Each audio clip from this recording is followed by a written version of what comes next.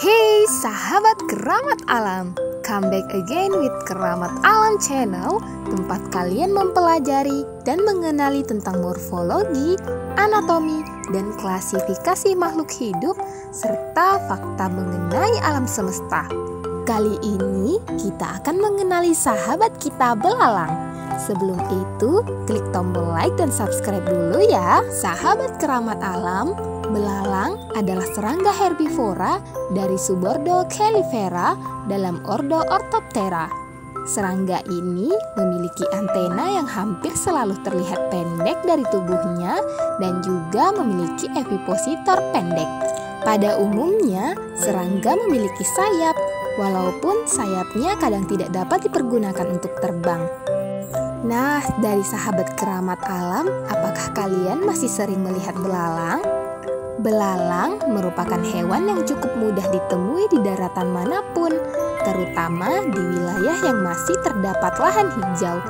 Tidak jarang juga belalang terdapat di kota-kota besar yang masih memiliki taman sebagai tempat bertumbuh kembangnya. Belalang merupakan jenis serangga yang mengalami metamorfosis tidak sempurna. Hewan yang mampu melompat hingga 20 kali dari panjang tubuhnya ini juga banyak ditemukan di perkebunan. Beberapa jenis belalang yang memakan tanaman para petani menjadi hama yang cukup merugikan karena mengurangi hasil produksi petani. Nah, sahabat keramat alam, maybe dari kalian banyak yang tidak tahu bahwa belalang memiliki banyak spesies loh. Ada banyak jenis belalang yang bervariasi dalam ukuran dan warna. Meskipun begitu, belalang juga memiliki beberapa karakteristik khusus apapun spesiesnya. Setiap makhluk di bumi ini memiliki ciri khusus yang biasanya membantu mereka beradaptasi dengan lingkungan tempat hidupnya. Begitupun juga belalang. Beberapa ciri-ciri khusus hewan belalang yang mungkin tidak ditemui pada beberapa hewan lainnya. Yang pertama adalah karakteristik fisik belalang. Belalang biasanya berwarna coklat, hijau, atau hitam. Mereka memiliki kaki besar yang membantu mereka melompat jarak jauh dari rumput ke rumput lainnya. Oleh karena itu, dalam bahasa Inggris disebut sebagai grasshoppers. Belalang dewasa juga memiliki dua pasang sayap, dengan sayap depan yang ramping dan belakang yang besar. Kaki belalang yang besar yang disebut sebagai jumping leg atau kaki belakang yang digunakan untuk mendorong belalang di udara untuk melompat dari daun ke daun lainnya. Sementara kaki tengah dan kaki depan digunakan untuk berjalan dan menggenggam pohon, daun, atau rumput. Dan juga antena mereka mengandung struktur sensorik yang merespon sentuhan dan bau.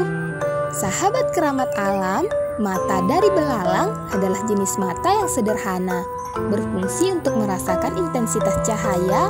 Selain itu, mata belalang yang besar berfungsi untuk mencangkup penglihatan yang lebih luas pada lingkungannya. Ciri khusus dari belalang yang kedua adalah makanan belalang. Belalang kebanyakan memakan tumbuhan yang berarti termasuk pada hewan herbivora. Beberapa spesies belalang hidup di tanaman inang dan memakan daun, bunga, batang, dan bijinya. Ada juga loh spesies belalang lain yang memakan apa yang mereka temukan di tanah, seperti potongan daun dan bunga, biji, bahkan serangga mati. Tapi belalang adalah hewan yang pilih-pilih tentang makanan mereka. Mereka sering mencicipi makanan sebelum mulai mengkonsumsinya. Biasanya belalang memilih makanan yang menghasilkan asam amino, gula, dan vitamin yang tepat untuk tubuh mereka. Nah, sedangkan untuk proses reproduksinya ada yang unik loh dari belalang. Berbeda dengan hewan lain, belalang betina biasanya memiliki ukuran tubuh yang lebih besar daripada belalang jantan. Hal ini terjadi karena setelah kawin dan siap untuk bertelur, maka belalang betina akan menggunakan evipositornya untuk menggali lubang di tanah sehingga dia bisa bertelur.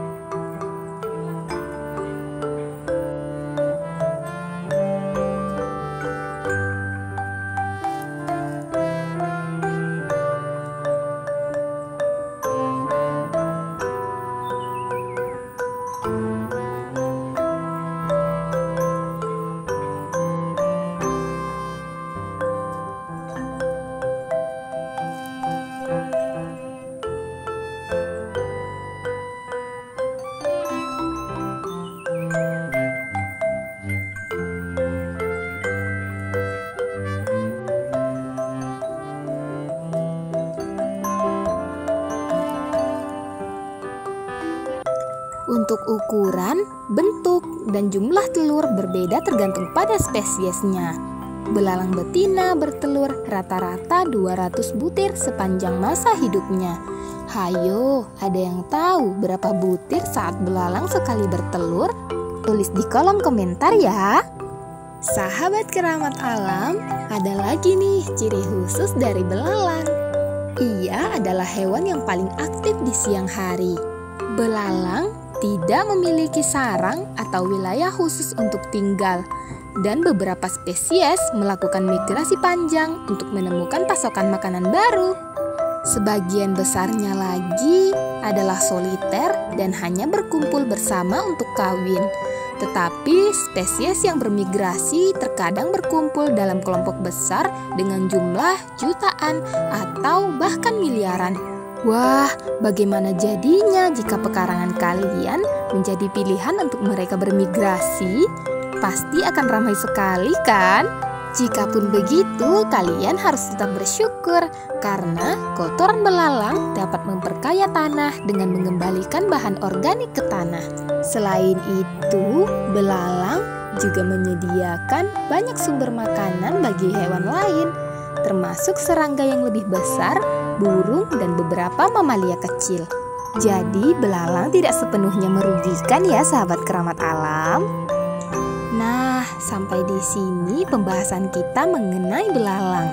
Jangan bosan untuk belajar dan lestarikan lingkungan serta makhluk hidup yang ada di sekitar kita ya. Jika kalian merasa channel ini memberi informasi dan edukasi, silahkan beri kami apresiasi dengan klik icon like dan subscribe. Thanks for watching, hopefully useful and educational. Bye-bye.